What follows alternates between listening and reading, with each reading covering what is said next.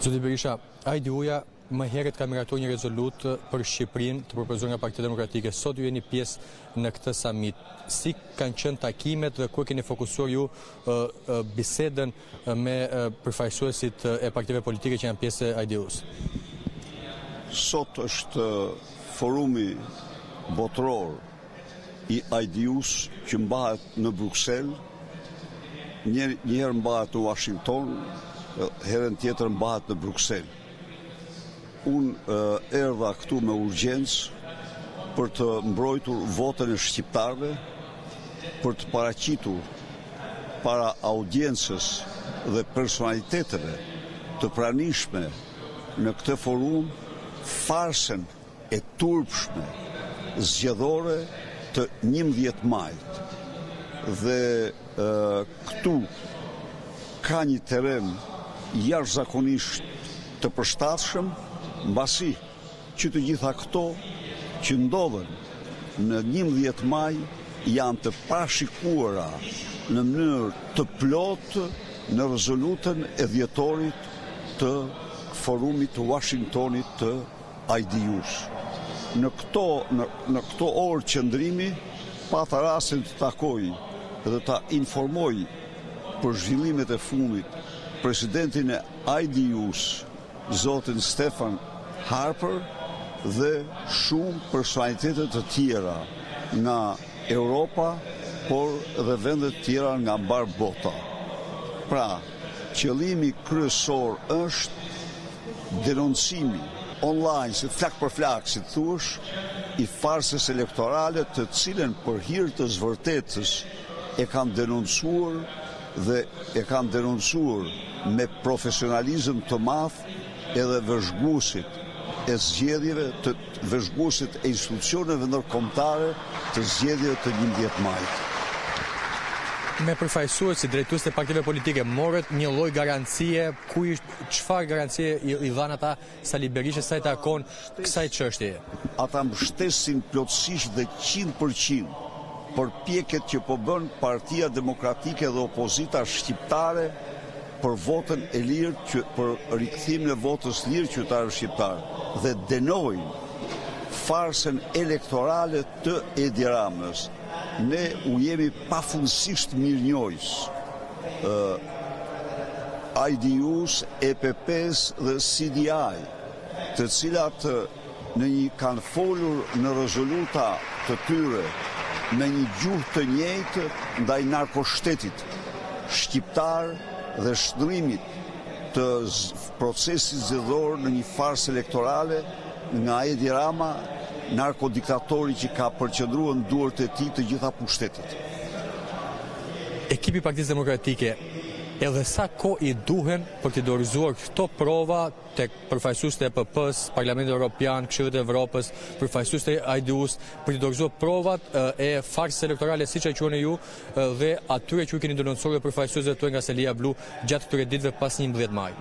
Ne çdo gjë kemi gati në kohë reale, e kemi të përgatitur, por natyrisht finalizohet me finalizimin e procesit zgjedhor dhe shqyrtimit të ankesave. Pas kësaj ne raportin e kemi gati, ne kemi punuar në mënyrën më serioze. Ne kemi parashikuar këto zhvillime dhe pikërisht në këtë trend ne kemi dokumentuar shumësinë e pafundme të parregullsive, të dhunimeve, të manipulimeve të këtyre zgjedhjeve.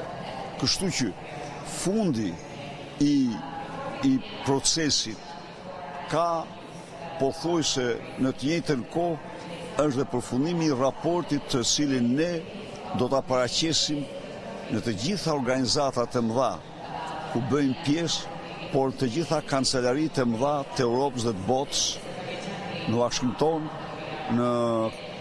në kancelarinë gjermane, në britanike, në Francë dhe kudo do paraqesim dokumentacionin e farsë elektorale të Edi Ramës.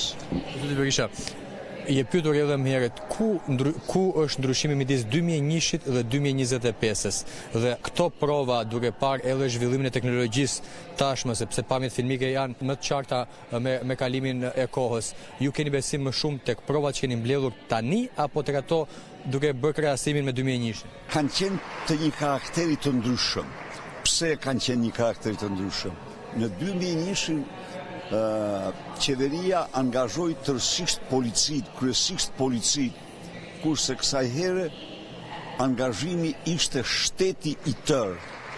Kësaj here Edi Rama publikisht bleu vota, shpërndau 70 milion euro në fushat elektorale për të ble vota, duke dhënë 100 euro 48% të votuesve shqiptar që janë pensionistët sot. Bleu vota duke falë 200 milion euro kamata dhe gjoba të 10 vjeçari. Bleu euro duke autorizue mbjedhjen e miliona rrënjve kanabis në një kohë kur një rrënjë kanabis sjelltar 1.000 euro. Bleu vota duke punësuar me dhjetra mira qytetar, po këto ishin të gjitha publike, po ka që shëmbuar dhe kriminale ishte undergroundi. Bota e krimit, si asnjëherë më parë u angazhua me të gjithë qindra milion mos miliarda euro në blerje votas në urdhra dhe nxori dhe sjell në parlament rreth 28 kandidat të financuar, të mbështetur, të garantuar prej organizatave kriminale. Ju keni mbajtur 2 hearing të rëndësishme, 2 hearing i keni mbajtur më herët. Mendoni se një hearing në Kongresin Amerikan ka rëndësinë të madhe duke parë dhe këtë situatë dhe çfarë po bëhet në këtë drejtim nga ana e Partisë Demokratike, por edhe përfaqësuesve të saj, por edhe nga vetë ju për të mundësuar një zhvillim në Amerikë sa takon çështjes së zgjedhjeve. Çka për t'ia paraqitur ligjvënësve dhe administratës Shteteve të Bashkuara të gjitha faktet flagrante që kemi, të cilat rrëzojnë këtë farsë elektorale dhe dëshmojnë se Shqipëria është i instaluar narkoshteti.